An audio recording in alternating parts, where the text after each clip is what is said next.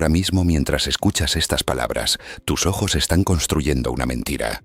No una mentira pequeña, no una distorsión sutil que podrías corregir si prestaras un poco más de atención o si te pusieras unas gafas diferentes.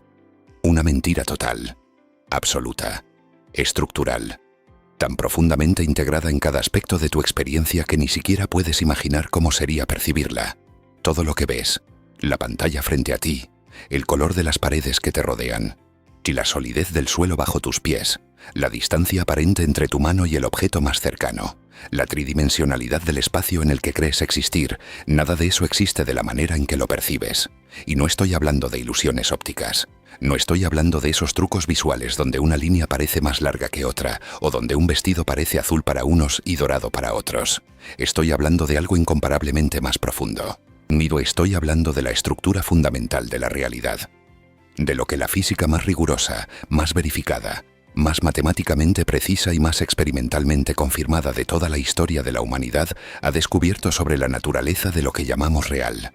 Y lo que ha descubierto es genuinamente aterrador. Los átomos que componen tu cuerpo, cada uno de los aproximadamente 7.000 cuatrillones de átomos que te constituyen como ser humano, son 99,99% espacio vacío.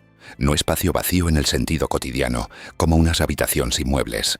Espacio vacío en el sentido cuántico, donde ni siquiera el concepto de espacio tiene el significado que tú le atribuyes. Las partículas que forman esos átomos, los electrones, los quarks, los gluones, no tienen posición definidos hasta que algo interactúa con ellas. No es que no sepamos dónde están, es que genuinamente no están en ningún lugar concreto. Existen en lo que los físicos llaman una superposición de estados, una nube de probabilidades extendida por todo el espacio, que solo se cristaliza en una posición concreta cuando algo, y ese algo es un misterio que lleva un siglo sin resolverse, las obliga a elegir.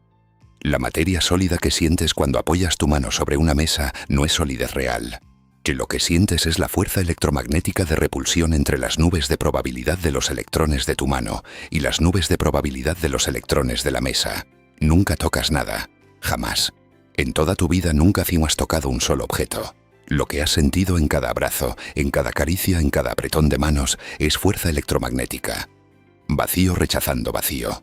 Fantasmas empujando fantasmas. Y el color.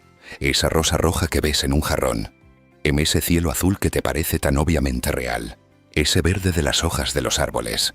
Ninguno de esos colores existe fuera de tu cerebro. Lo que existe fuera son ondas electromagnéticas de diferentes longitudes. No tienen color. No tienen belleza. No tienen carácter visual de ningún tipo. Son oscilaciones invisibles de campos electromagnéticos.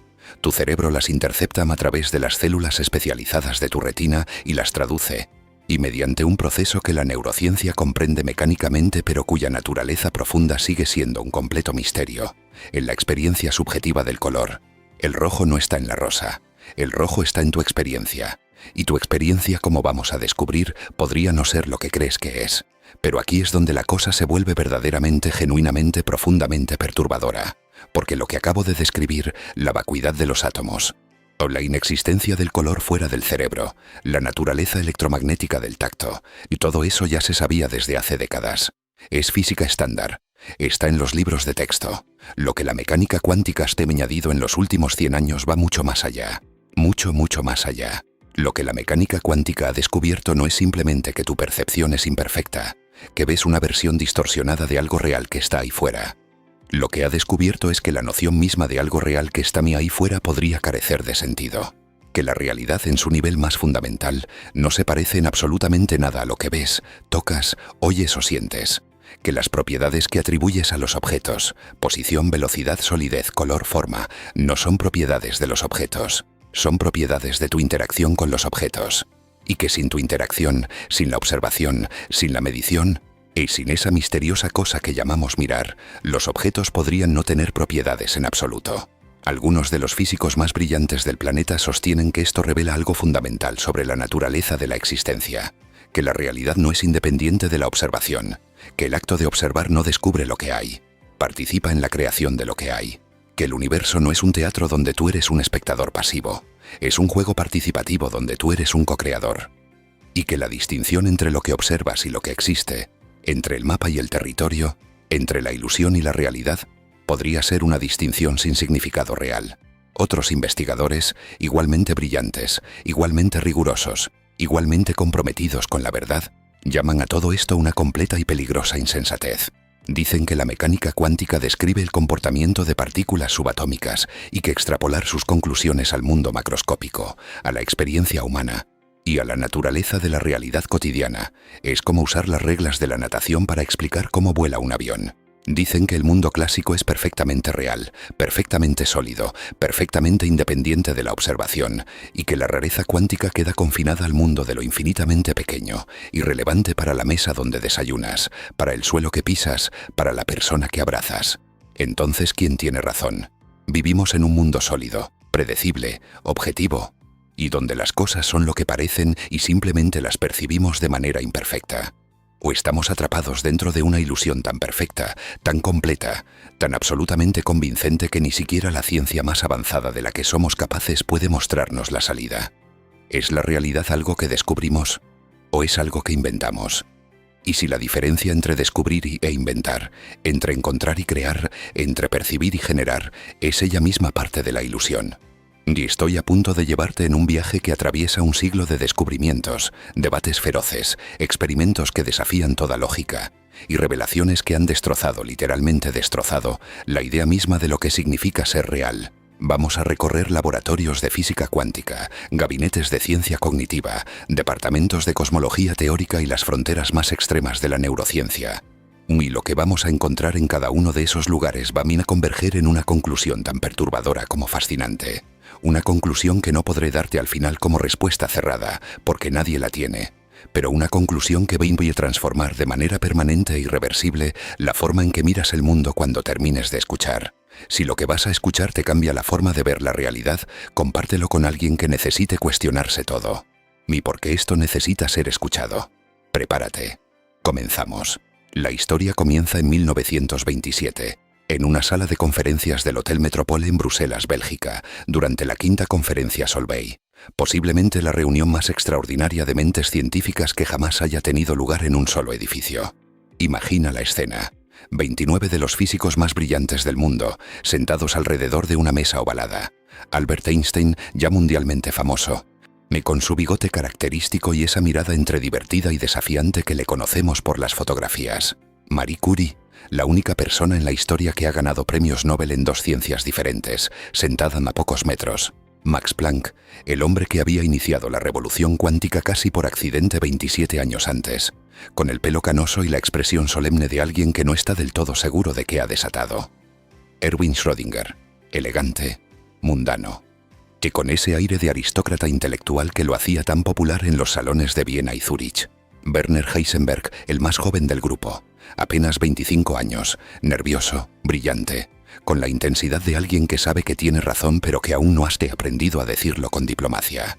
Y presidiendo la sesión, Niels Bohr, el gran físico danés, director del Instituto de Física Teórica en Copenhague, quizás el hombre más respetado de la sala después de Einstein, con su voz suave y su cortesía infalible y una tenacidad argumentativa que hacía temblar a cualquiera. Lo que ocurrió en aquella sala durante los siguientes días se ha convertido en uno de los episodios más importantes de la historia intelectual de la humanidad. Y lo que estaba en juego no era una cuestión técnica sobre el comportamiento de partículas subatómicas. Lo que estaba en juego era la naturaleza misma de la realidad, lo que significa existir, lo que significa ser real, no lo que significa que algo sea verdadero. Bohr se puso de pie y presentó lo que ya se conocía como la interpretación de Copenhague de la mecánica cuántica. La había desarrollado a lo largo de los 2 años anteriores junto con Heisenberg, con contribuciones fundamentales de Max Born de la Universidad de Gotinga y Wolfgang Pauli de la Universidad de Hamburgo. Y lo que Bohr dijo en aquella sala fue algo que sonaba a herejía científica, algo tan contrario a la intuición, que tan opuesto al sentido común, tan radicalmente diferente de todo lo que la física había afirmado en 300 años, que incluso las mentes más brillantes de la sala tardaron días en procesar sus implicaciones. Bohr dijo que las partículas subatómicas no tienen propiedades definidas hasta que alguien las observa. No dijo que no sabemos cuáles son sus propiedades antes de la observación. No dijo que las propiedades están ocultas y que la medición las revela. Dijo que no las tienen. Y que antes de la observación, un electrón no tiene una posición, no tiene una velocidad, no tiene un spin definido, no tiene ninguna propiedad concreta.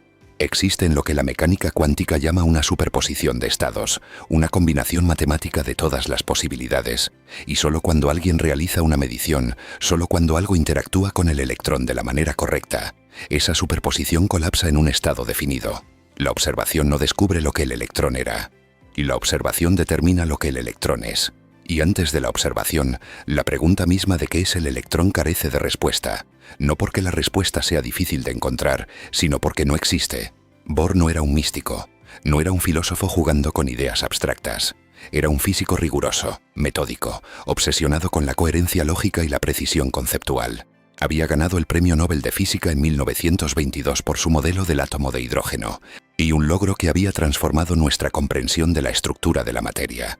Cuando hablaba, la comunidad de físicos escuchaba, y lo que estaba diciendo era lo siguiente: la realidad al nivel más fundamental que la ciencia ha sido capaz de investigar no está hecha de cosas con propiedades, está hecha de posibilidades sin resolver, de potencialidades que solo se actualizan cuando algo las observa, y de fantasmas matemáticos que se convierten en hechos concretos solo en el momento de la interacción. Para entender la magnitud de lo que Bohr estaba proponiendo, necesitas entender lo que vino antes. La física clásica, la física de Newton, de Maxwell, de Boltzmann, operaba sobre una suposición que parecía tan obvia que nadie se molestaba en cuestionarla. La suposición de que los objetos tienen propiedades definidas en todo momento, independientemente de que alguien los observe. Una manzana tiene una posición concreta aunque nadie la mire. La luna sigue su órbita aunque nadie la observe. Un electrón tiene una velocidad y una posición precisas aunque ningún instrumento las mida. La realidad es objetiva. Existe por sí misma. No necesita observadores. No necesita consciencias. No necesita que nadie preste atención para ser real. Esta suposición se llama realismo. Y junto con otra suposición igualmente intuitiva, el localismo, que dice que nada puede influir en algo distante de manera instantánea, que las influencias se propagan a velocidades finitas y que un evento aquí no puede afectar instantáneamente un evento en la otra punta del universo, formaba los dos pilares sobre los que toda la física clásica se construyó: realismo y localismo. Juntos se conocen como realismo local, y parecen tan obvios, tan innegablemente ciertos, tan profundamente coherentes con nuestra experiencia cotidiana, que cuestionarlos suena a locura. Bohr estaba cuestionando al menos uno de ellos, y posiblemente los dos. Piénsalo un momento. Piensa en lo que significaría que la silla en la que estás sentado no tuviera propiedades definidas cuando no la miras. No que no supieras cuáles son sus propiedades, que no las tuviera. Que la solidez que sientes, la forma que ves, el color que percibes, solo existen en el momento de tu interacción con ella, que entre tus miradas, y la silla se disuelve en una nube de posibilidades cuánticas sin forma, sin color, sin solidez, sin posición, sin existencia concreta de ningún tipo, y que cada vez que la miras de nuevo, esa nube se cristaliza en la silla que conoces. Probablemente piensas que eso es absurdo, que es imposible, que nadie en su sano juicio puede creer algo así, y esa reacción es perfectamente razonable. Es exactamente la reacción que tuvo Einstein, sentado en aquella sala del Hotel Metropole, escuchando a Bohr con creciente incredulidad. Albert Einstein estaba viviendo lo que posiblemente fue la experiencia intelectual más frustrante de su vida. No porque no entendiera lo que Bohr decía, lo entendía perfectamente. El problema era precisamente que lo entendía y no podía aceptarlo. Einstein no era un espectador externo de la mecánica cuántica. Él había ayudado a crearla. Su explicación del efecto fotoeléctrico en 1905, el trabajo por el cual ganó el Premio Nobel, y fue una de las piedras fundacionales de la teoría cuántica. En ese artículo, Einstein había demostrado que la luz no es solo una onda continua, como se creía desde los tiempos de Maxwell. La luz también viene en paquetes discretos, en lo que hoy llamamos fotones. Cada fotón lleva una cantidad específica de energía que depende de su frecuencia. Este descubrimiento fue revolucionario. Fue la primera demostración clara de que el mundo subatómico no funciona como el mundo macroscópico. Ni que hay discretitud donde esperamos continuidad, que hay saltos donde esperamos transiciones suaves. Pero lo que Bohr y Heisenberg estaban haciendo con la mecánica cuántica iba mucho más allá de lo que Einstein podía tolerar. No estaban diciendo simplemente que el mundo subatómico es raro. Estaban diciendo que la realidad misma no es lo que parece, que las cosas no son reales de la manera en que las experimentamos, que la observación no es un acto pasivo de descubrimiento sino un acto creativo de determinación. Y esto para Einstein era filosóficamente inaceptable. Su respuesta se condensó en una de las frases más famosas de la historia de la ciencia: Dios no juega a los dados. No era una declaración religiosa, era una declaración filosófica de la máxima profundidad. Einstein estaba diciendo que el universo no puede funcionar a base de probabilidades fundamentales, que debajo de la aparente aleatoriedad cuántica tiene que haber un mecanismo determinista que aún no entendemos, que la función de onda, esa herramienta matemática creada por Schrödinger que describe la superposición de estados de una partícula, no es una descripción completa de la realidad, es una descripción de nuestra ignorancia. Las partículas tienen propiedades definidas en todo momento. Simplemente no sabemos cuáles son. La mecánica cuántica funciona como herramienta de cálculo. Sí, pero es incompleta como descripción de la realidad.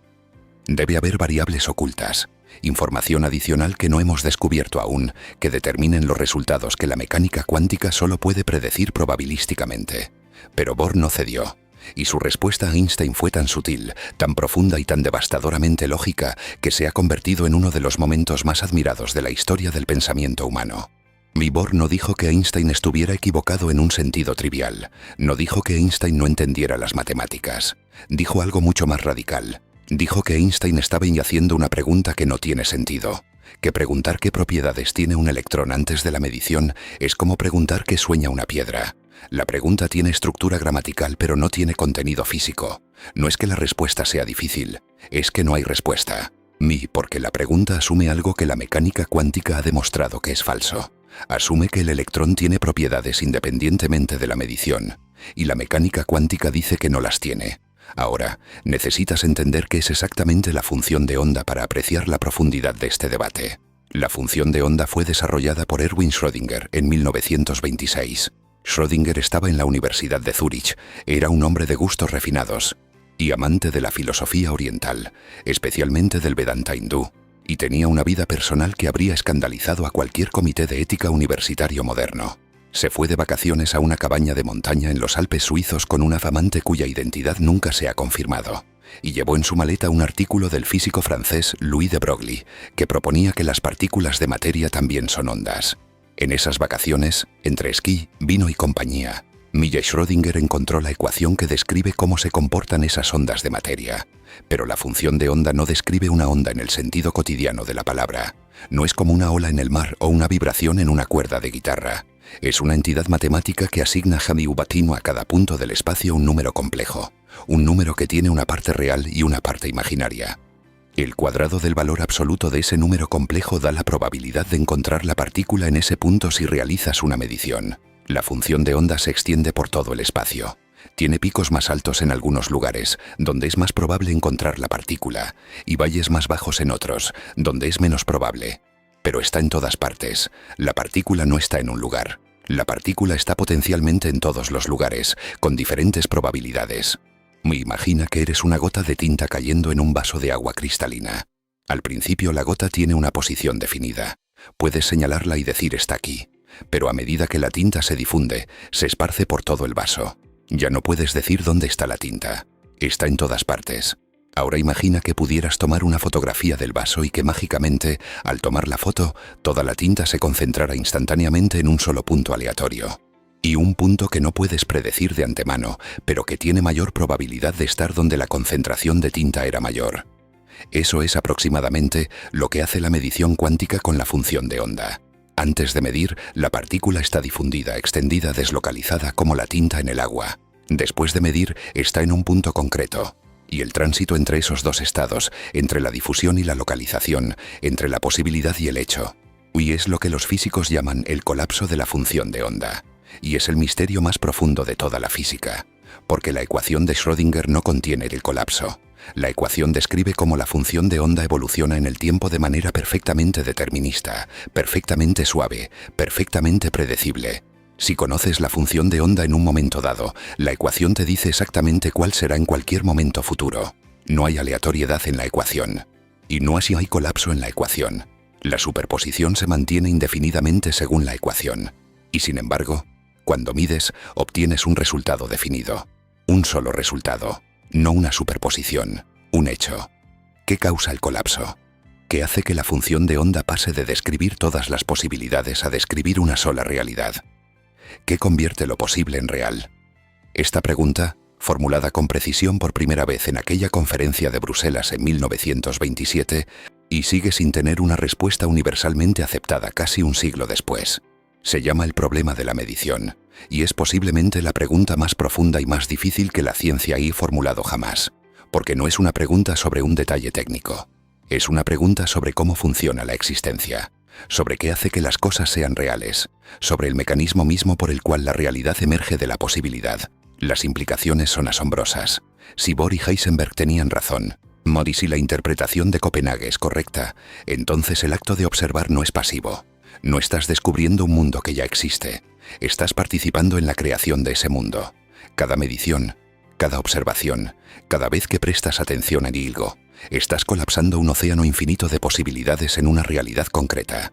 Y antes de tu observación, esa realidad concreta simplemente no existía. No en el sentido de que no la conocías, en el sentido de que no estaba ni en ningún lugar, de ninguna manera, para nadie.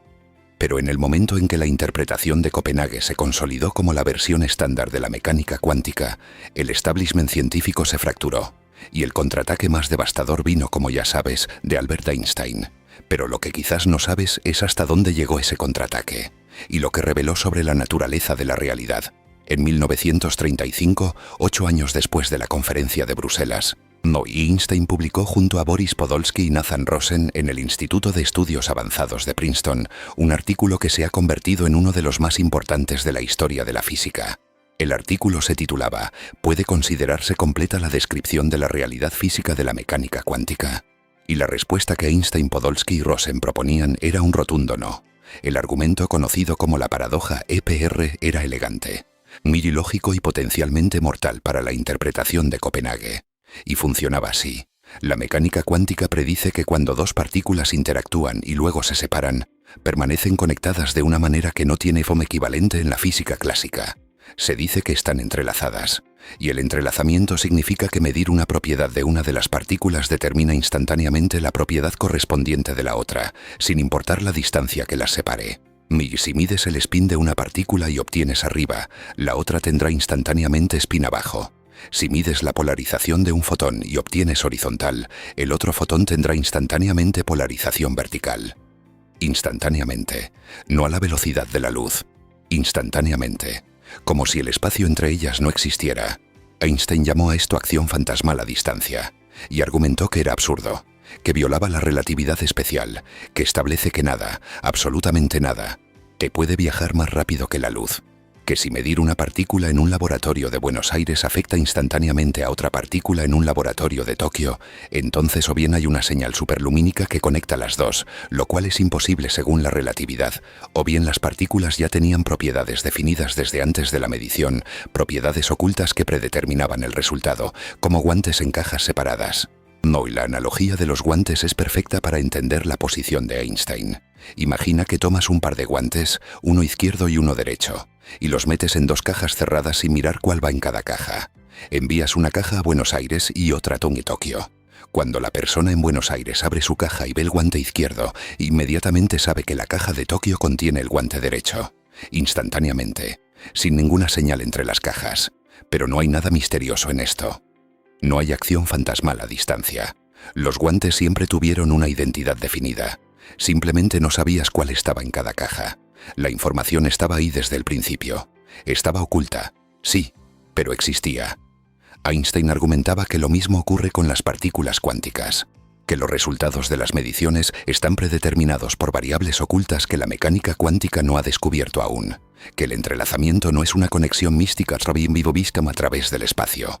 Y es simplemente una correlación clásica, como los guantes, donde la información ya existía antes de la medición. La crítica de Einstein era poderosa, era lógica, era intuitiva, se ajustaba a nuestro sentido común, a nuestra experiencia cotidiana, a todo lo que creemos saber sobre cómo funciona el mundo. Y durante casi 30 años, la mayoría de los físicos, aunque usaban la mecánica cuántica como herramienta de cálculo todos los días, aceptaron la posición de Einstein al menos en espíritu. Sí. Y la mecánica cuántica funciona. Sí, hace predicciones extraordinariamente precisas, pero probablemente está incompleta. Probablemente hay algo debajo. Probablemente Einstein tiene razón y algún día encontraremos las variables ocultas que restauren la objetividad y la localidad de la realidad. Para poner esto en perspectiva, imagina que alguien te dice que tu casa no tiene paredes cuando sales por la puerta, ni que las paredes se disuelven en una nube de posibilidades y se recristalizan cuando regresas, que la solidez que sientes al tocarlas es una ilusión creada por el acto de tocar, que sin tu interacción, la casa es un fantasma. Tu reacción natural sería buscar cualquier explicación alternativa antes de aceptar algo tan absurdo. Y eso es exactamente lo que Einstein hacía. Buscaba la explicación alternativa, las variables ocultas, los guantes en las cajas, ni cualquier cosa menos aceptar que la realidad depende de la observación. Pero los defensores de la mecánica cuántica no se retiraron. Niels Bohr respondió al artículo EPR con un contraargumento sutil y profundo, argumentando que Einstein estaba asumiendo implícitamente que se puede hablar de las propiedades de una partícula independientemente del contexto experimental en el que se mide. Bohr decía que esto es precisamente lo que la mecánica cuántica prohíbe, que las propiedades no existen en abstracto, flotando en el vacío, esperando a ser descubiertas.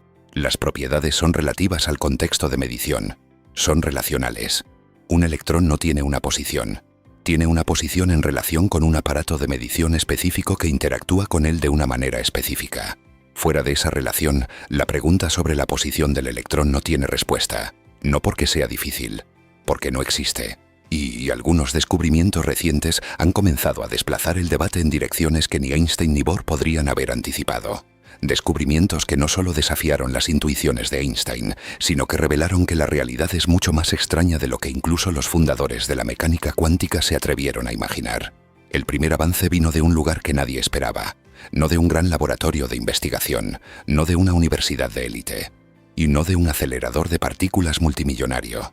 Vino de un físico norirlandés relativamente desconocido que trabajaba en el CERN, el gran laboratorio europeo de física de partículas en Ginebra, no como investigador teórico sino como ingeniero especializado en el diseño de aceleradores de partículas.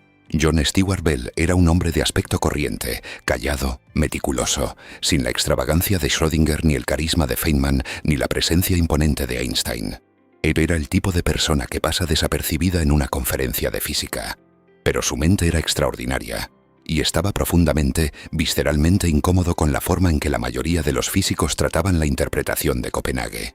La aceptaban sin cuestionarla, la usaban como receta de cocina, aplicando las fórmulas sin preguntarse qué significaban realmente. Bell quería más, quería saber si Einstein tenía razón, que quería saber si existían variables ocultas que restauraran la objetividad de la realidad. Y en su tiempo libre, en las noches y los fines de semana, mientras su trabajo oficial era diseñar aceleradores, Bell se dedicó a hacer algo que nadie había logrado en 30 años de debate. Algo que muchos físicos consideraban imposible. Convirtió la disputa filosófica entre Einstein y Bohr en una pregunta que se podía responder con un experimento. En 1964, Bell publicó un artículo titulado sobre el problema de las variables ocultas en la mecánica cuántica. No era un artículo largo. No era un artículo técnicamente difícil, al menos para los estándares de la física teórica, pero contenía un resultado que con el tiempo se ha revelado como uno de los descubrimientos más profundos de la historia de la ciencia. Bell derivó una desigualdad matemática, hoy conocida como la desigualdad de Bell, que establecía un límite preciso e inviolable. Y si Einstein tenía razón, si existían variables ocultas locales que predeterminaran los resultados de las mediciones cuánticas, entonces las correlaciones entre partículas entrelazadas no podían superar cierto valor numérico. Era una frontera, una línea en la arena trazada con precisión matemática. De un lado de esa línea, el universo de Einstein, un universo donde las cosas tienen propiedades definidas, donde las influencias son locales, y donde la realidad es objetiva e independiente de la observación. Del otro lado, el universo cuántico, un universo donde las propiedades se crean en la medición, donde las correlaciones trascienden el espacio, donde la realidad no es lo que parece. La suposición que Bell derribó era la que había protegido la posición de Einstein durante 3 décadas. La suposición de que el debate entre Einstein y Bohr era puramente filosófico, y una cuestión de interpretación que no podía resolverse experimentalmente. Bell demostró que sí podía resolverse, que la naturaleza tenía una respuesta, y que con el experimento adecuado podíamos obligarla a dárnosla. Pero la tecnología de 1964 no era suficiente para realizar el experimento que la desigualdad de Bell requería. Fueron necesarios casi 20 años de avances en óptica cuántica, indetectores de fotones y técnicas de correlación para que alguien pudiera finalmente poner a prueba la desigualdad de Bell en un laboratorio real. Ese alguien fue Alain Aspect, En 1982, Aspect, un joven físico experimental en la Universidad de París-Sur en Orsay, realizó el experimento que cambió para siempre nuestra relación con la realidad. Aspect no era un teórico abstracto, era un experimentalista obsesionado con la precisión, decidido a cerrar cada posible escapatoria que pudiera invalidar sus resultados, y diseñó un experimento de una elegancia y un rigor que todavía hoy se consideran ejemplares. El experimento usaba pares de fotones entrelazados emitidos por átomos de calcio excitados.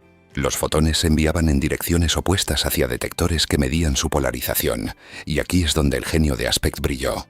Diseñó un sistema capaz de cambiar la orientación de los detectores mientras los fotones ya estaban en vuelo, después de que los fotones habían sido emitidos, después de que habían comenzado su viaje hacia los detectores, después de que cualquier posible señal entre ellos habría tenido que haberse enviado. Los detectores cambiaban de orientación en el último momento, en nanosegundos, pero demasiado rápido para que cualquier señal viajando a la velocidad de la luz pudiera llevar la información de un detector al otro. Esto era crucial. Si las partículas tenían instrucciones ocultas predeterminadas, como los guantes de Einstein, no importaba cuándo cambiaras la orientación de los detectores. Los resultados estarían predeterminados y obedecerían la desigualdad de Bell. Pero si la mecánica cuántica tenía razón, y si las propiedades no estaban predeterminadas sino que se creaban en el acto de la medición, entonces las correlaciones superarían la desigualdad de Bell, y el diseño de Aspect eliminaría cualquier posibilidad de que una señal entre las partículas explicara los resultados. Los resultados fueron devastadores para la posición de Einstein. Las correlaciones violaban la desigualdad de Bell, no por un poquito, no dentro del margen de error experimental, masivamente, inequívocamente, repetidamente, no bien en cada configuración, en cada serie de datos. La mecánica cuántica tenía razón. Einstein estaba equivocado. No había variables ocultas locales, no había guantes en cajas, no había instrucciones predeterminadas. Los fotones genuinamente no tenían propiedades de polarización definidas antes de ser medidos, y dos fotones entrelazados genuinamente se afectaban de manera instantánea a cualquier distancia. La acción fantasmal era real, y la implicación era tan profunda que merece que la repitamos despacio. Si no hay variables ocultas locales, entonces al menos una de las dos suposiciones fundamentales de nuestra visión del mundo es falsa. O bien la realidad no es local, lo que significa que mis eventos distantes pueden influirse mutuamente de manera instantánea, violando el espíritu si no la letra de la relatividad especial. O bien la realidad no es objetiva, ni lo que significa que las cosas no tienen propiedades definidas independientemente de la observación, que las propiedades se crean en el acto de medir, que antes de la medición no hay realidad concreta que descubrir, o ambas cosas son falsas simultáneamente. Cualquiera de las tres opciones destruye una pieza fundamental de nuestra visión del mundo. En 2022, 40 años después del experimento original, Alain Aspect compartió el Premio Nobel de Física con John Clauser, de la Universidad de California en Berkeley, y Anton Zeilinger, de la Universidad de Viena, por sus contribuciones pioneras a los experimentos con fotones entrelazados y la verificación de las violaciones de la desigualdad de Bell. Cada nuevo experimento, durante esas 4 décadas, había cerrado alguna posible escapatoria. Clauser realizó la primera prueba en 1972 con resultados consistentes con la mecánica cuántica. Aspect añadió la conmutación rápida de los detectores en 1982. Zeilinger realizó experimentos con separaciones cada vez mayores entre los detectores, alcanzando distancias de cientos de kilómetros. En 2017, un equipo chino liderado por Yang Weipan realizó el experimento con fotones entrelazados separados por 1200 kilómetros usando el satélite cuántico Micius. Cada vez, los resultados confirmaban la mecánica cuántica. Cada vez, y la desigualdad de Bell se violaba. Cada vez, Einstein perdía.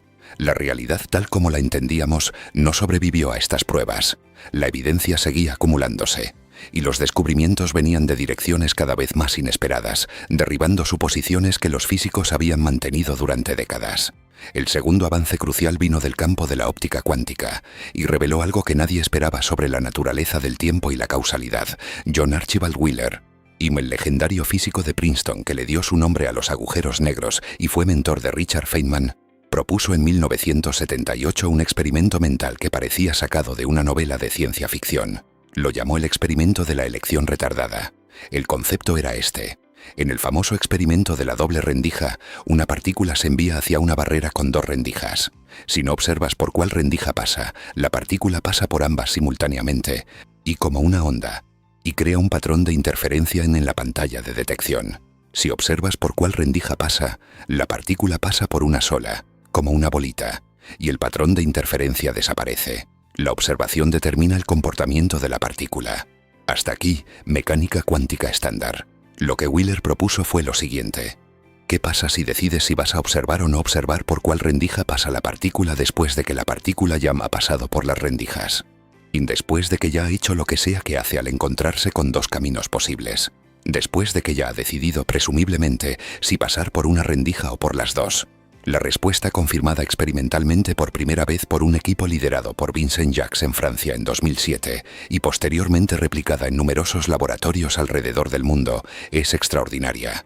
Tu decisión en el presente afecta retroactivamente el comportamiento de la partícula en el pasado. Y si decides no observar, el fotón pasó por ambas rendijas y creó un patrón de interferencia. Si decides observar, el fotón pasó por una sola rendija y no hay interferencia. Tu elección ahora determina lo que la partícula hizo antes. No es que la partícula esperara tu decisión. No es que viajara de vuelta en el tiempo. Es algo más extraño. Es que la pregunta de qué hizo la partícula antes de tu medición no tiene una respuesta definida hasta que realizas la medición. Y el pasado de la partícula no está fijo. No está determinado. No es un hecho histórico inmutable. Es tan indeterminado, tan dependiente de la observación como el presente. La historia se escribe retroactivamente por el acto de observar. Wheeler llevó esta idea a la escala cósmica. Propuso un experimento mental en el que un fotón proveniente de un cuásar lejano, emitido hace miles de millones de años, es desviado gravitatoriamente por una galaxia intermedia, creando dos caminos posibles. El fotón, que según la mecánica cuántica, viaja por ambos caminos simultáneamente durante miles de millones de años. Y cuando un astrónomo en la Tierra decide cómo medir ese fotón, su decisión determina retroactivamente qué camino tomó el fotón hace miles de millones de años. Tu observación ahora, en este planeta, en este momento, define la historia de un fotón que ha estado viajando desde antes de que existiera la Tierra. Wheeler llamó a esta idea el universo participativo. Y la propuesta de que el universo no tiene una historia fija e independiente de los observadores. Que los actos de observación no solo determinan el presente, participan en la construcción del pasado. Que la realidad completa, incluyendo su historia, es un acto participativo, una co-creación entre lo observado y el observador. El tercer avance vino de un campo completamente diferente y derribó la suposición de que la mecánica cuántica es exclusivamente un fenómeno del mundo microscópico. Y Marcus Arndt, en la Universidad de Viena, colega y colaborador del premio Nobel Anton Zeilinger, venía realizando desde finales de los años 90 una serie de experimentos cada vez más ambiciosos para determinar hasta qué tamaño puede mantenerse la superposición cuántica. La suposición previa, mantenida durante décadas por la mayoría de los físicos, era que existe una frontera natural entre el mundo cuántico y el mundo clásico, que las partículas subatómicas obedecen la mecánica cuántica, pero los objetos macroscópicos, las mesas, las sillas, los gatos, las personas, obedecen la física clásica, que hay un umbral de tamaño, de masa, de complejidad por encima del cual la cuanticidad se desvanece y la realidad se vuelve sólida, definida, objetiva. Arndt se propuso encontrar esa frontera, y fracasó. Fracasó gloriosamente. Primero demostró interferencia cuántica con fullerenos, moléculas de 60 átomos de carbono en forma de pelota de fútbol, luego con moléculas más grandes, y más grandes, y más grandes. En cada experimento los objetos eran mayores, más masivos, más complejos, y en cada experimento la superposición cuántica se mantenía. Las moléculas pasaban por dos rendijas simultáneamente, interferían consigo mismas, se comportaban como ondas, no como partículas, a pesar de ser cada vez más grandes. En 2019 su equipo logró el resultado más impresionante hasta la fecha. Demostró interferencia cuántica con moléculas de más de 2000 átomos. Y estas no son partículas subatómicas invisibles. Son moléculas masivas, visibles bajo un microscopio electrónico. Moléculas que contienen átomos de carbono, hidrógeno, flúor y azufre dispuestos en estructuras complejas. Y se comportaban como ondas. Pasaban por dos rendijas simultáneamente. Existían en superposición de estar en múltiples lugares a la vez. Eran todo y nada al mismo tiempo. Imagina que lanzas una pelota de tenis contra una pared con dos ventanas abiertas. En el mundo clásico, la pelota pasa por una ventana o por la otra. Si pones una sábana blanca detrás de la pared, verás una marca en un lugar. Pero si la pelota fuera cuántica no pasaría por una ventana. Pasaría por ambas simultáneamente, como una onda, y crearía un patrón de interferencia en la sábana. Múltiples marcas, no una. Un patrón de franjas alternas de más y menos impactos. El tipo de patrón que solo las ondas pueden crear. Y eso es exactamente lo que Arndt estaba viendo con moléculas de más de 2000 átomos. La implicación era demoledora. Si nadie ha encontrado jamás la frontera entre el mundo cuántico y el mundo clásico, si cada vez que construyes un experimento capaz de buscarla, la superposición aparece a escalas mayores de lo que creías posible, si la frontera retrocede cada vez que avanzas hacia ella, entonces quizás esa frontera no existe. Quizás la mecánica cuántica se aplica a todo, a las moléculas, y a las proteínas, a las células, a los organismos, a ti. Quizás tú ahora mismo estás en superposición. Quizás la única razón por la que no lo percibes es un proceso llamado de coherencia, que explicaremos pronto, que oculta la cuanticidad a escalas macroscópicas sin eliminarla. El cuarto avance abrió una puerta que conectaba la física cuántica con la biología de una manera que nadie creía posible, y cambió completamente los términos del debate. Gregory Engel, químico físico en la Universidad de Chicago, no estaba buscando mecánica cuántica cuando la encontró. Estaba estudiando la fotosíntesis, el proceso por el cual las plantas y ciertas bacterias convierten la luz del sol en energía química. Un proceso biológico. Un proceso que ocurre a temperatura ambiente, en ambientes húmedos, ruidosos, calientes, llenos de vibraciones moleculares y turbulencia térmica. Y exactamente el tipo de entorno donde los físicos habían asegurado durante décadas que la mecánica cuántica no podía sobrevivir. La razón de esa certeza era la decoherencia. La decoherencia es el proceso por el cual un sistema cuántico pierde su cuanticidad al interactuar con su entorno. Cuando una partícula en superposición interactúa con las moléculas del aire, con los fotones de luz ambiental, con las vibraciones del material que la rodea, y su función de onda se enreda con las funciones de onda de todas esas partículas ambientales, la superposición no desaparece, en sentido estricto, se extiende, se diluye, se difumina en un número tan vasto de partículas que se vuelve indetectable para cualquier medición práctica. Es como una gota de tinta roja cayendo en el océano. La tinta no desaparece, se diluye hasta ser invisible. La decoherencia hace lo mismo con la superposición cuántica. Mary la diluye en el entorno hasta que se vuelve indetectable. Y para sistemas biológicos, a temperatura ambiente, con toda esa turbulencia molecular, la decoherencia debería actuar en femtosegundos, en cuatrillonésimas de segundo. Demasiado rápido para que cualquier proceso biológico pueda aprovechar la cuanticidad. Intentar mantener un estado cuántico en una célula viva sería como intentar mantener un castillo de naipes en medio de un huracán. Las condiciones son demasiado hostiles. La estructura es demasiado frágil. La decoherencia lo destruye todo instantáneamente. O eso creíamos. En 2007, Engel publicó un artículo en la revista Nature que cambió todo lo que creíamos saber sobre los límites de la mecánica cuántica. Usando espectroscopía de coherencia electrónica bidimensional, una técnica de ultra alta resolución temporal capaz de rastrear procesos que ocurren en escalas de femtosegundos. Engel y su equipo observaron los complejos moleculares responsables de la captura de energía solar en la bacteria Chlorobium tepidum, una bacteria verde del azufre. Y lo que encontraron los dejó estupefactos. La energía del fotón absorbido por la molécula de clorofila no se transportaba de manera clásica, rebotando de molécula en molécula como una pelota en un pinball. Se transportaba cuánticamente.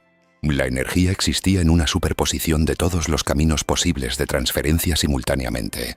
Exploraba todas las rutas al mismo tiempo, y luego colapsaba en la ruta más eficiente, la que minimizaba las pérdidas de energía, la que maximizaba la eficiencia del transporte. Superposición cuántica. En una célula viva, a temperatura ambiente, en un entorno biológico húmedo y caótico, y no como un fenómeno fugaz e irrelevante. 2. Como el mecanismo central de uno de los procesos bioquímicos más fundamentales de la vida en la Tierra. Las plantas no simplemente toleran la mecánica cuántica, la explotan, la han estado explotando durante miles de millones de años. La evolución a través de la selección natural descubrió la mecánica cuántica mucho antes que los humanos y la convirtió en una herramienta biológica. La implicación era profunda. ¿Y si la vida puede mantener y explotar la superposición cuántica en el entorno cálido y caótico de una célula?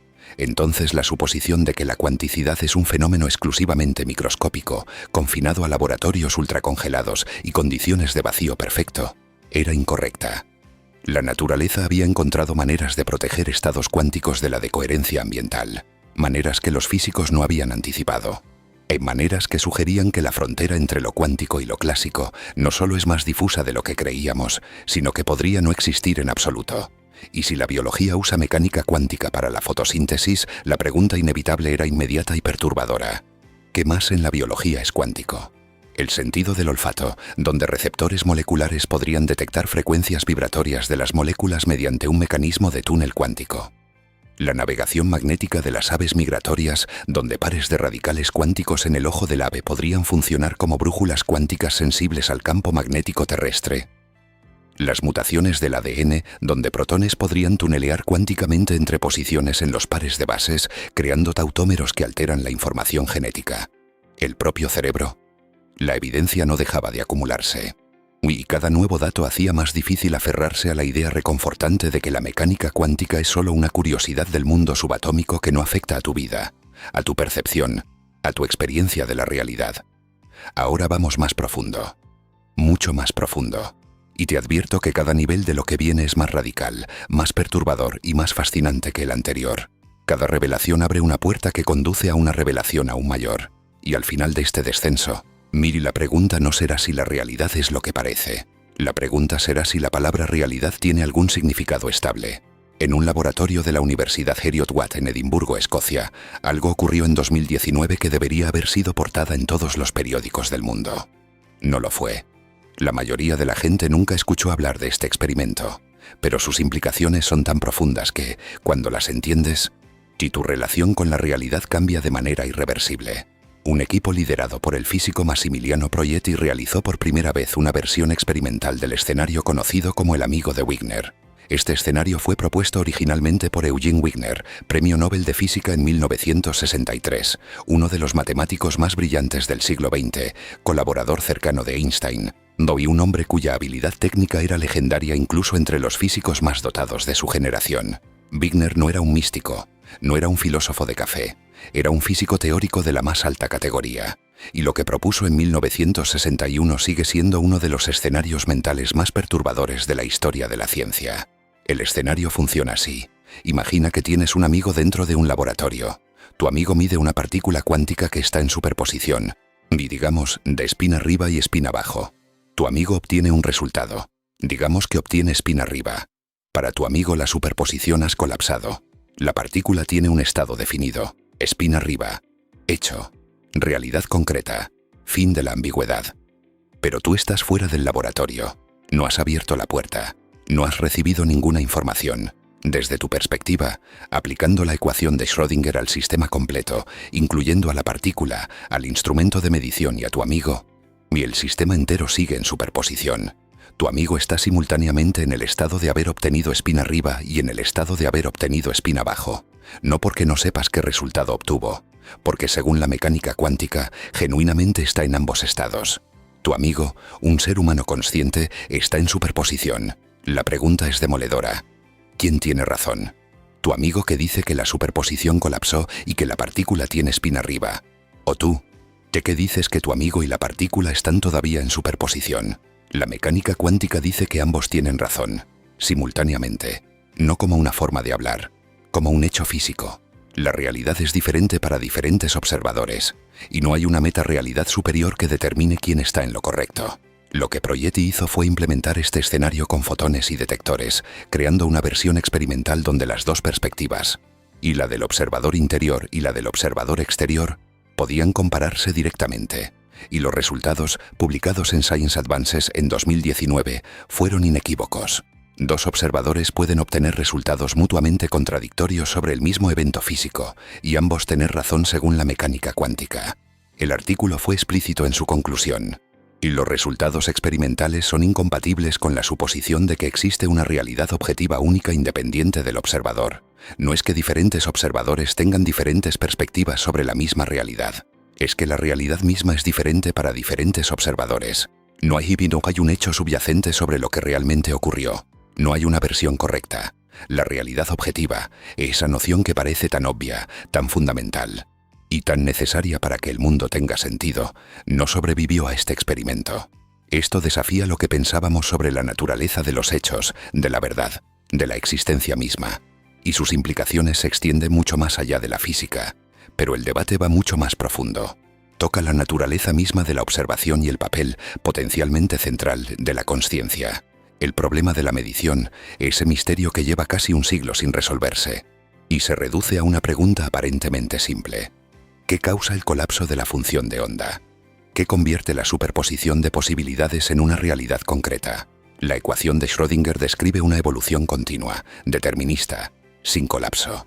Pero cuando medimos, obtenemos un resultado definido. Algo causa el tránsito de lo posible a lo real. ¿Pero qué?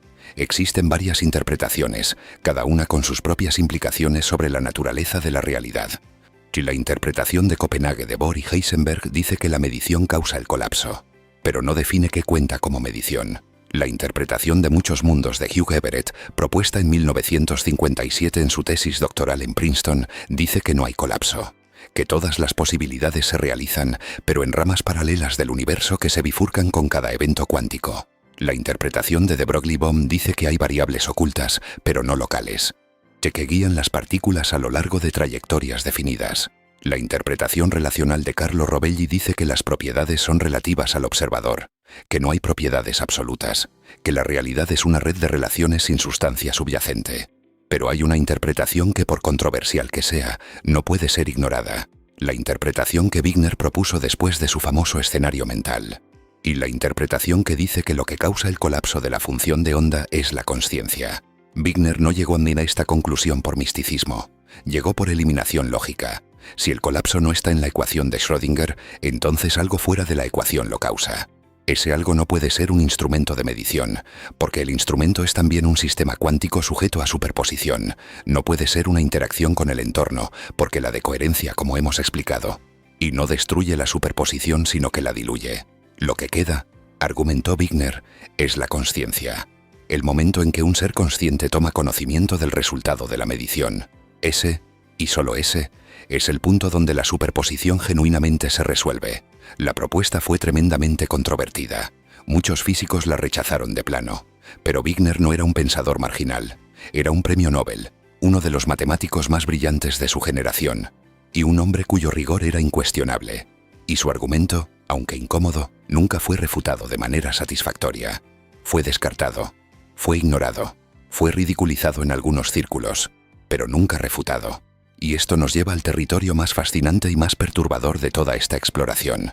Porque si la consciencia juega un papel en el colapso de la función de onda, entonces la relación entre mente y materia no es lo que creíamos. No es que la materia genere la mente como subproducto accidental. Es que la mente participa en la determinación de la materia. No estás dentro de la realidad como un pasajero en un tren.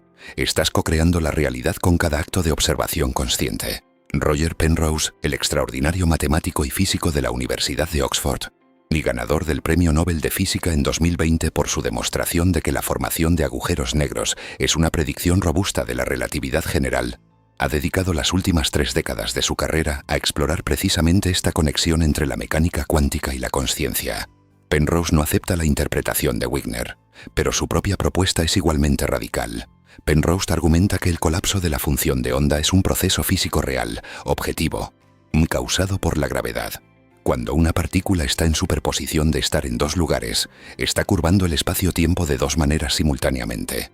Y Penrose cree que el espacio-tiempo no puede tolerar esta doble curvatura más allá de un cierto umbral. Cuando la diferencia gravitacional entre las dos posiciones alcanza un nivel crítico, la superposición se vuelve inestable y colapsa espontáneamente. No porque alguien la observe, no porque el entorno la destruya, ni sino porque la propia gravedad fuerza una resolución. Penrose llama a este proceso reducción objetiva. Y junto con Stuart Hameroff, un anestesiólogo y investigador de la consciencia en la Universidad de Arizona, ha desarrollado una teoría que conecta la reducción objetiva directamente con la experiencia consciente. La teoría se llama OR, reducción objetiva orquestada, MIRI, y propone que la consciencia surge de colapsos cuánticos gravitacionales que ocurren dentro de unas estructuras microscópicas de tus neuronas llamadas microtúbulos. Los microtúbulos son proteínas tubulares que forman el esqueleto interno de las células. Son extraordinariamente abundantes en las neuronas, mucho más que en otros tipos de células, y tienen una estructura interna altamente ordenada que, según Hameroff, podría funcionar como un computador cuántico biológico. Mire, cada subunidad de tubulina, la proteína que forma los microtúbulos, puede existir en al menos dos configuraciones diferentes, y estas configuraciones podrían estar en superposición cuántica. Cuando un número suficiente de tubulinas están en superposición coherente, la diferencia gravitacional entre las dos configuraciones alcanza el umbral de Penrose y el sistema colapsa espontáneamente. Ese colapso, según la teoría OR, es un momento de experiencia consciente. Y cada momento de tu vida consciente sería literalmente un colapso cuántico gravitacional, un instante donde las posibilidades se convierten en realidad, donde la superposición se resuelve, donde todo y nada se convierte en algo. Tu consciencia sería el mecanismo por el cual el universo selecciona entre sus posibilidades y cristaliza una realidad concreta. La reacción de la comunidad científica fue feroz. Max Tegmark, físico del Instituto Tecnológico de Massachusetts, y publicó en 2000 un cálculo que pretendía ser la refutación definitiva de la teoría OR. Tegmark estimó que la decoherencia dentro de una neurona destruiría cualquier superposición cuántica en los microtúbulos en aproximadamente 10⁻⁻13 segundos, es decir, una 10.000.000ª de millonésima de segundo. Esto es varios órdenes de magnitud más rápido que los tiempos biológicamente relevantes para el procesamiento neuronal, que operan en escalas de milisegundos. La superposición cuántica en el cerebro, según Tegmark, se destruiría antes de que pudieran hacer cualquier cosa útil. Sería como intentar construir un castillo de naipes no en un huracán, sino en una explosión nuclear. La estructura no duraría ni un parpadeo. La crítica era elegante, rigurosa y aparentemente mortal. Y durante años, muchos físicos la consideraron definitiva. Caso cerrado. La consciencia no es cuántica. La mecánica cuántica no tiene nada que ver con la experiencia subjetiva. Y fin de la discusión. Pero Heimerov no se rindió. Y su respuesta, que ha ido ganando fuerza con los años a medida que nuevas evidencias aparecían, merece ser escuchada con cuidado. Primero, señaló que el cálculo de Tegmark asumía que los microtúbulos son simples tubos huecos de proteína, sin ninguna estructura interna especial. Pero los microtúbulos son extraordinariamente más complejos que eso. Tienen una geometría interna basada en la red de Fibonacci, con dispositivos en cada subunidad de tubulina que podrían crear canales protegidos para estados cuánticos. La estructura cristalina de los microtúbulos podría funcionar como una especie de jaula de Faraday cuántica, blindando los estados cuánticos internos de la interferencia del entorno. Segundo, señaló que los anestésicos generales, sustancias químicamente muy diversas que van desde el xenón, un gas noble, hasta el propofol, un compuesto orgánico complejo, comparten una propiedad misteriosa. Y todos eliminan la consciencia. Todos son reversibles. Y todos actúan en los microtúbulos. Si la consciencia fuera simplemente el resultado de la actividad eléctrica sináptica, como sostiene la neurociencia convencional, los anestésicos deberían actuar en la sinapsis. Muchos actúan en receptores sinápticos, sí, pero su efecto sobre la consciencia se correlaciona mejor con su acción sobre los microtúbulos. Esto no prueba la teoría OR. Pero es un dato fascinante que la teoría predice y que la neurociencia convencional tiene dificultades para explicar. Tercero, y quizás más importante, señaló que los descubrimientos de Engel sobre la fotosíntesis habían demostrado que la coherencia cuántica puede sobrevivir en sistemas biológicos a temperatura ambiente durante tiempos mucho más largos de lo que Tegmark había estimado.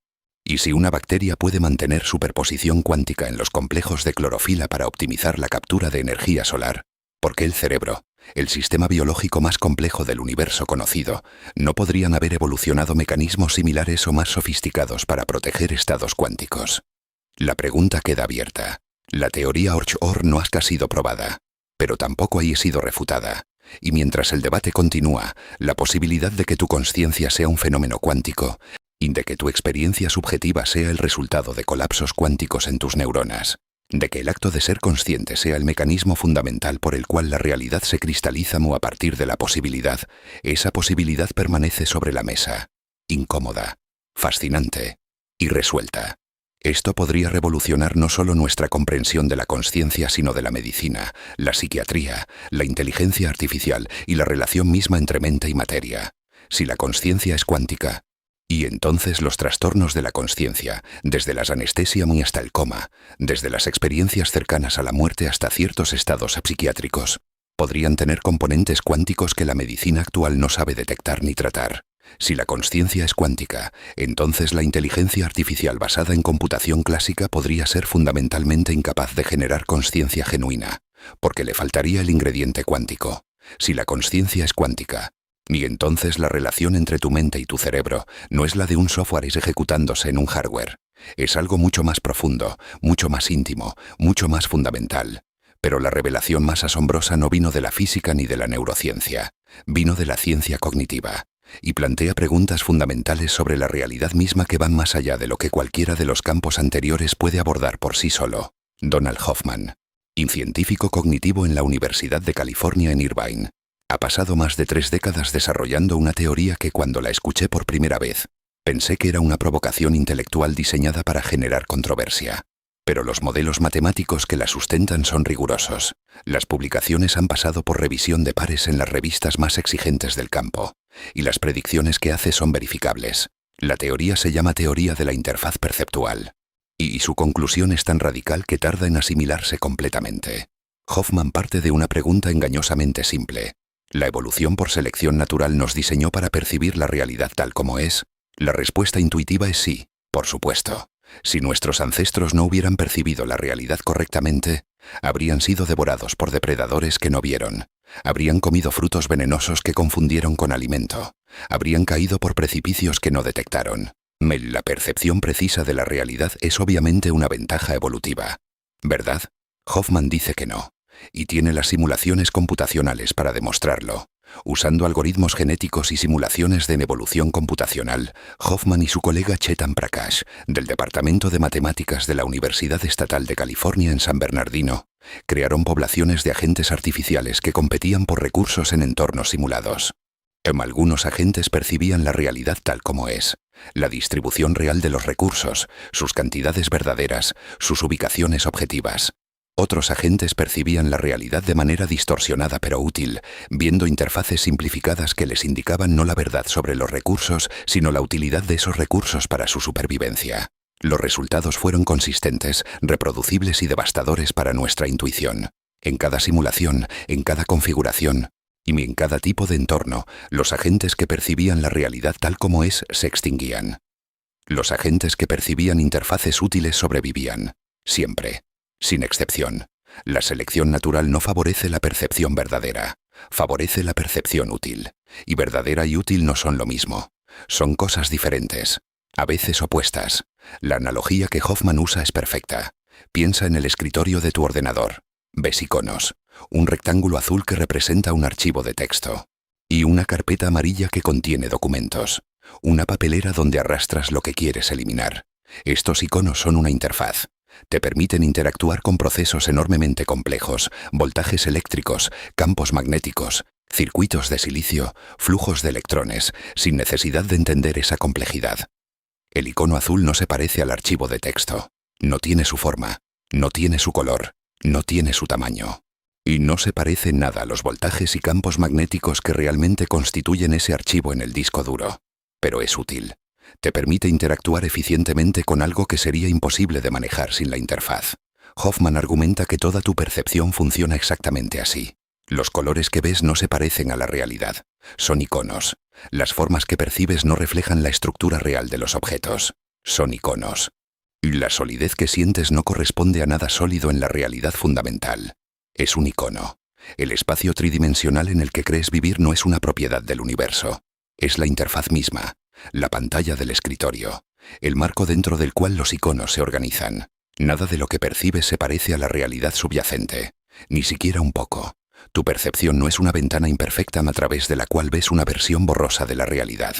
Ni es un escritorio de ordenador que no se parece en absoluto al hardware que lo genera.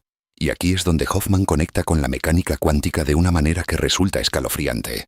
Si nuestra percepción es una interfaz, la pregunta obvia es, ¿qué hay detrás de la interfaz? ¿Cuál es la realidad que la interfaz oculta y simplifica? Hoffman propone que lo que hay detrás no son objetos físicos en un espacio tridimensional. Lo que hay detrás es una red de agentes conscientes, y entidades que procesan información y generan experiencia, interactuando entre sí según reglas matemáticas precisas que Hoffman ha formalizado. La materia, el espacio, el tiempo, todo lo que percibes serían iconos generados por esta red subyacente de consciencia. No la realidad. La interfaz. La pantalla del escritorio. En esta visión la materia no genera consciencia. La consciencia genera materia. O más precisamente, y lo que llamamos materia es la forma en que una consciencia se aparece a otra consciencia a través de la interfaz perceptual. Tu cuerpo no contiene tu consciencia. Tu consciencia genera la experiencia de tener un cuerpo. El universo no está hecho de cosas que casualmente producen experiencia. Está hecho de experiencia que casualmente produce la apariencia de cosas. Ahora puedes pensar que esto suena a pseudociencia. Honestamente, eso fue exactamente lo que pensé yo la primera vez que lo leí. Pero hay algo que debes considerar. Las simulaciones de Hoffman no son vagas ni imprecisas. Son modelos matemáticos formales que hacen predicciones testables. Y crucialmente la mecánica cuántica misma parece apuntar en la misma dirección. Si las propiedades de las partículas no existen antes de la medición, como demuestran los experimentos de Bell y Aspect, entonces las propiedades son relativas al observador. Son relativas a la interfaz perceptual. No son propiedades de la realidad en sí, ni son propiedades de nuestra interacción con la realidad. Exactamente lo que la teoría de Hoffman predice. Y la conexión se profundiza cuando consideramos el principio holográfico y la correspondencia IDS/CFT descubierta por Juan Maldacena, físico argentino en el Instituto de Estudios Avanzados de Princeton, quien en 1997 publicó el artículo más citado de la historia de la física teórica. Maldacena demostró que un universo con gravedad en 3 dimensiones espaciales puede ser completamente descrito por una teoría sin gravedad que vive en una superficie bidimensional. El espacio tridimensional, esa cosa que parece tan obvia, tan fundamental, tan innegablemente real, podría ser una proyección holográfica. Información codificada en una superficie bidimensional que nuestro cerebro, nuestra interfaz perceptual, reconstruye como un espacio tridimensional de objetos sólidos. La coincidencia con la teoría de Hoffman es notable. Hoffman dice que el espacio tridimensional es una interfaz, no la realidad. Maldacena dice que el espacio tridimensional podría ser una proyección holográfica de información bidimensional. Ambos apuntan en la misma dirección. El espacio que percibes no es fundamental. Es emergente. Es una construcción. Una ilusión funcional. Esto podría redefinir lo que significa ser humano. Si tu percepción es una interfaz y no una ventana. Y si el espacio es una proyección y no un contenedor. Si las propiedades se crean en la observación y no se descubren, si la consciencia podría ser más fundamental que la materia, entonces tú no eres lo que crees que eres. No eres un cuerpo sólido en un espacio tridimensional observando un mundo objetivo. Eres un proceso, un patrón de información, una experiencia que se genera a sí misma momento a momento, colapsando posibilidades en realidades, y construyendo una interfaz que te permite funcionar sin necesidad de comprender lo que hay detrás. Eres, en un sentido profundo y científicamente respaldado, un sueño que se sueña a sí mismo, no como metáfora, como la mejor descripción que la ciencia actual puede ofrecer de tu relación con la realidad. Pero ¿qué significa todo esto para nosotros? Para ti, aquí, ahora, en este preciso momento de tu vida cotidiana. Y significa algo que puede sonar abstracto pero que tiene consecuencias profundamente concretas para cada aspecto de tu experiencia diaria. Cada mañana, cuando abres los ojos, no estás viendo el mundo. Estás construyendo una versión del mundo. Tu cerebro procesa aproximadamente 11 millones de bits de información sensorial por segundo a través de todos tus canales perceptuales: visión, audición, tacto, olfato, gusto, propiocepción, equilibrio. Pero tú solo eres consciente de unos 40 bits por segundo. 11 millones entran. 40 llegan a tu consciencia.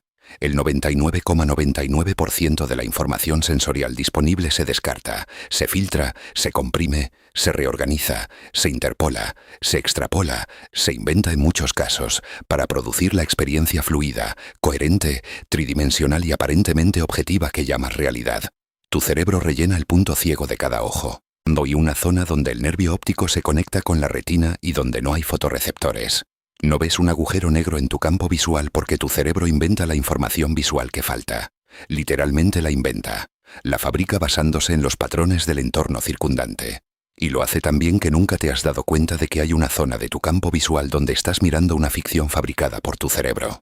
Y tu cerebro construye la continuidad temporal de tu experiencia a partir de muestras discretas que llegan con retrasos variables según el canal sensorial. La luz llega más rápido que el sonido. La información táctil del pie tarda más en llegar al cerebro que la información táctil de la mano. Y sin embargo, tu experiencia es una película continua y sincronizada donde todo parece ocurrir en tiempo real. Esa sincronización no es una propiedad del mundo, es una construcción de tu cerebro. El mundo no viene sincronizado. Tu cerebro lo sincroniza. Y cuando miras a otra persona, cuando sientes que la conoces, que la entiendes, que puedes leer sus intenciones en su rostro, estás mirando un icono en tu interfaz perceptual. La persona real, si es que la expresión persona real tiene sentido en este contexto, es algo que tu interfaz no puede mostrarte. Lo que ves es una representación útil que la evolución diseñó para que puedas interactuar socialmente sin necesidad de acceder a la realidad subyacente de otro agente consciente. Cuando tomas una decisión, algo aparentemente simple como elegir qué desayunar, sientes que eres un agente libre ejerciendo tu voluntad. Pero ¿qué significa libertad en un universo cuántico? Si tus neuronas involucran procesos cuánticos, como sugiere Penrose, y entonces tus pensamientos tienen componentes genuinamente aleatorios, no deterministas, no predecibles, aleatorios en el sentido más fundamental posible. ¿Es eso libertad? Un dado que cae al azar no elige qué número muestra. ¿Es tu sentido de elección diferente de la aleatoriedad cuántica? ¿O es otro icono en la interfaz, otra representación útil de algo que en realidad funciona de manera completamente diferente? La respuesta, como tantas respuestas en este viaje, es a la vez sí y no. Y sí en el sentido de que tu experiencia de elegir es real como experiencia. Sientes que eliges. Esa sensación existe. Esa experiencia ocurre. No es ilusoria en el sentido fenomenológico, no en el sentido de que la experiencia misma no ocurra. La experiencia ocurre, pero no en el sentido de que refleje fielmente lo que está pasando en el nivel fundamental de la realidad. Tu experiencia de elegir es un icono en la interfaz, representa algo, pero no se parece a lo que representa. Ni si la observación participa en la creación de la realidad, como sugieren los experimentos de Bell, Aspect y Proietti, y si la consciencia está involucrada en la observación, como argumentan Wigner y Penrose desde perspectivas diferentes, entonces cada vez que prestas atención a algo, cada vez que miras, cada vez que escuchas, cada vez que eres consciente de cualquier cosa, estás participando en un acto de creación, no estás descubriendo un mundo que ya existe. Y estás colaborando en la determinación de qué mundo existe. Estás colapsando posibilidades en realidades. Estás convirtiendo potencial en actual. Estás transformando lo que podría ser en lo que es. Y esto plantea una pregunta profundamente incómoda. Si nada de lo que ves es una representación fiel de la realidad, si tu percepción es una interfaz evolutiva diseñada para la supervivencia y no para la verdad, si la mecánica cuántica demuestra que las propiedades no existen antes de la observación, y si la realidad misma difiere según el observador, entonces ¿qué eres tú? No tu cuerpo, que es un icono en la interfaz. No tu cerebro, que también es un icono. No tu identidad, que es una narrativa que tu interfaz construye para darte coherencia. ¿Qué eres tú realmente cuando retiras todas las capas de la interfaz? Eres la consciencia que genera la interfaz. ¿Eres el proceso de observación que colapsa las posibilidades en realidades? ¿Eres un nodo en una red de agentes conscientes? Y como propone Hoffman, ¿eres una rama en un multiverso de posibilidades infinitas, como propone Everett? ¿Eres un colapso cuántico gravitacional ambulante, como propone Penrose? ¿O eres algo para lo que aún no tenemos nombre, concepto ni marco teórico? Si la realidad depende de la observación, entonces ¿qué pasa con las partes del universo que nadie observa? ¿Existen? ¿Y en qué sentido? ¿Hay una realidad cuando nadie mira? ¿O el universo como un electrón antes de la medición? Ni está en superposición de todas las posibilidades hasta que una consciencia lo observa y lo cristaliza en algo concreto. Las dos visiones del mundo que este debate implica no podrían ser más diferentes en sus consecuencias existenciales, y cada una de ellas define una relación completamente diferente con tu propia vida. En la primera visión, la visión materialista clásica, el mundo está ahí fuera, sólido, objetivo, indiferente a tu existencia. La materia es fundamental. La consciencia es un subproducto tardío e irrelevante de procesos materiales ciegos. El universo existió durante 13.800 millones de años antes de que apareciera la primera mente capaz de contemplarlo, y existirá durante billones de años después de que la última mente se apague. Tu percepción es imperfecta. Sí, pero es una aproximación a algo real que está muy fuera. El mundo es lo que es independientemente de que lo observes. Si tu consciencia es espuma en la superficie de un océano de materia indiferente.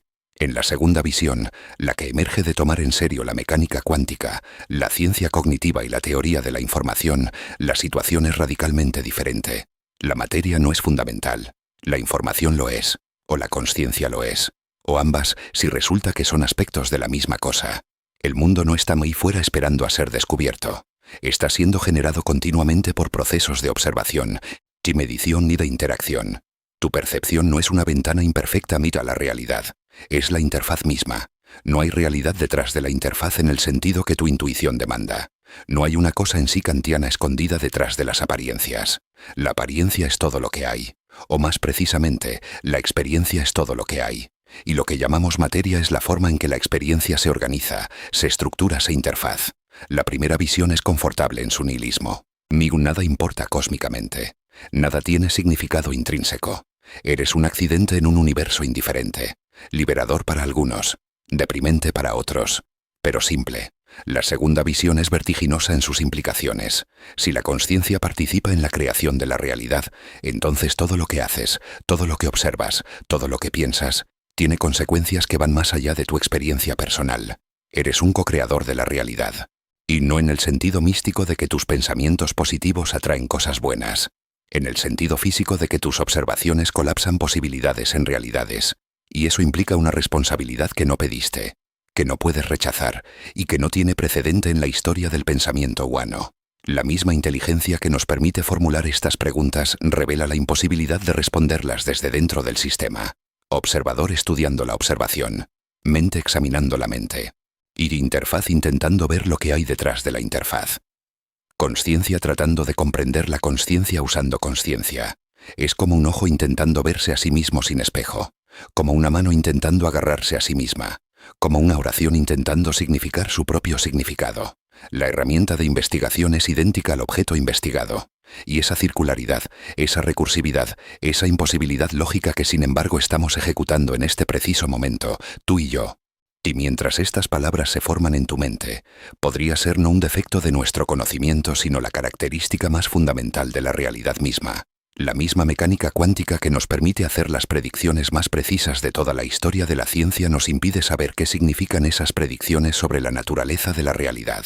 La herramienta funciona perfectamente, pero lo que la herramienta dice sobre el mundo depende de qué interpretación adoptes. Y no hay manera experimental, al menos no hasta ahora, de decidir entre las interpretaciones. Ya sea que la visión materialista o la visión informacional resulte ser correcta, ya sea que Bohr o Einstein tengan la última palabra, ya sea que la consciencia sea un subproducto o un fundamento, la búsqueda misma ha revelado algo que ninguna posición en el debate disputa. Algo que trasciende las interpretaciones, algo que permanece como un hecho duro, verificado, indiscutible. Y la realidad es incomparablemente más extraña, más profunda, más misteriosa y más fascinante de lo que cualquier generación anterior de seres humanos pudo siquiera soñar. La solidez del mundo es un truco perceptual. La objetividad de la realidad está en cuestión. Las fronteras entre observador y observado se disuelven bajo el escrutinio cuántico. El pasado puede ser modificado retroactivamente por observaciones presentes. La biología usa mecánica cuántica a temperatura ambiente. Y la consciencia podría ser un ingrediente fundamental del cosmos. Y nada, absolutamente nada de lo que percibes se parece a lo que realmente está ahí, si es que la frase "lo que realmente está ahí" tiene algún significado. ¿Recuerdas lo que dijimos al principio? Que tus ojos están construyendo una mentira. Ahora entiendes que eso no era una hipérbole, no era una forma provocativa de decir que tu percepción es imperfecta. Era, si acaso, una subestimación, porque no solo tus ojos mienten, y tu tacto miente. Tu oído miente, tu sentido del espacio miente, tu sentido de la solidez miente, tu sentido de la separación entre tú y el mundo miente, tu sentido de que el pasado es fijo miente, tu sentido de que las cosas tienen propiedades definidas cuando no las miras miente. Cada canal de percepción que posees, cada herramienta sensorial que la evolución te dio, está diseñado no para mostrarte lo que es real, sino para mostrarte lo que te mantiene vivo. Y esas dos cosas, y la verdad y la supervivencia, no son lo mismo. No lo han sido nunca. Y quizás no pueden serlo. La respuesta honesta es que seguimos de pie al borde de un misterio vasto e inabarcable. Un misterio que un siglo de la física más brillante, más rigurosa y más creativa de la historia humana ha logrado profundizar en lugar de resolver. Y eso, lejos de ser un fracaso, es quizás la señal más clara de que estamos tocando algo genuinamente profundo. Y algo que no se rinde fácilmente a la comprensión humana porque es más grande, más extraño y más fundamental que cualquier cosa que hayamos enfrentado antes. Algo que podría estar más allá de los límites de lo que nuestras interfaces perceptuales pueden representar. Algo que quizás requiere un tipo de comprensión que aún no hemos desarrollado, que quizás no podemos desarrollar, que quizás es incompatible con el tipo de mentes que la evolución nos dio. No sabemos qué es la realidad. No sabemos si la materia es fundamental o informacional. No sabemos si la consciencia es un accidente o un ingrediente. No sabemos por qué la observación transforma las posibilidades en hechos. No sabemos dónde termina la mecánica cuántica y empieza la física clásica, o si esa frontera existe. No sabemos si el espacio es real o holográfico. No sabemos si el tiempo es fundamental o emergente. No sabemos si las cosas existen cuando nadie las mira. No sabemos. Y en el sentido más profundo y más humilde de la expresión, ¿qué está pasando? Pero sabemos algo. Sabemos que somos el universo intentando verse a sí mismo. Átomos que aprendieron a preguntarse de qué están hechos. Interfaces que cuestionan la interfaz. Consciencias que intentan comprender la consciencia. Ilusiones que saben que son ilusiones y que insisten en buscar lo que hay detrás. Y en esa búsqueda imposible, en esa espiral recursiva de mente examinando mente, memo de observador observando la observación, de pregunta engullendo pregunta, hay algo que se parece a lo más genuino que podemos experimentar. No la verdad sobre la realidad. Quizás nunca tengamos eso, pero la verdad sobre nuestra relación con ella, que somos parte de lo que intentamos comprender, que estamos hechos de la pregunta que formulamos, que la búsqueda misma, el impulso de saber, el asombro frente al abismo, el vértigo ante lo desconocido, y podría ser lo más real que existe en un universo donde nada más es lo que parece. La búsqueda continúa. Continuará mientras haya mentes capaces de asombrarse, mientras haya preguntas más grandes que las respuestas, mientras el universo siga produciendo seres capaces de mirarlo y preguntar por qué. Porque esa pregunta no es un lujo humano, no es una curiosidad filosófica para las tardes de domingo. Y es quizás la expresión más profunda y más fundamental de lo que la realidad hace cuando alcanza el nivel de complejidad necesario para contemplarse a sí misma. Y tú eres esa contemplación, imperfecta, limitada, atrapada dentro de una interfaz evolutiva que jamás fue diseñada para mostrarte la verdad, pero viva, consciente, asombrada. Y eso, en un universo donde nada de lo que ves es real, podría ser la cosa más extraordinaria, más improbable y más valiosa de todas.